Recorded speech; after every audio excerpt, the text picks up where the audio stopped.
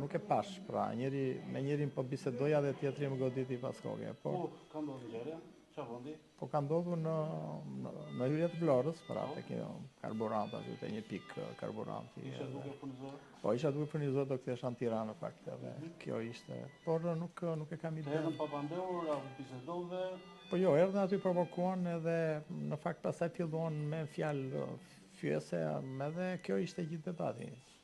Pastaj dolën në makina, unë nuk lëviza dhe pasi më goditën, më dhunuan edhe kjo ishte. Me çfarë qëlluan? Po ka qenë duke që me mjet presh, ka qenë sepse mënyra se si pas koke.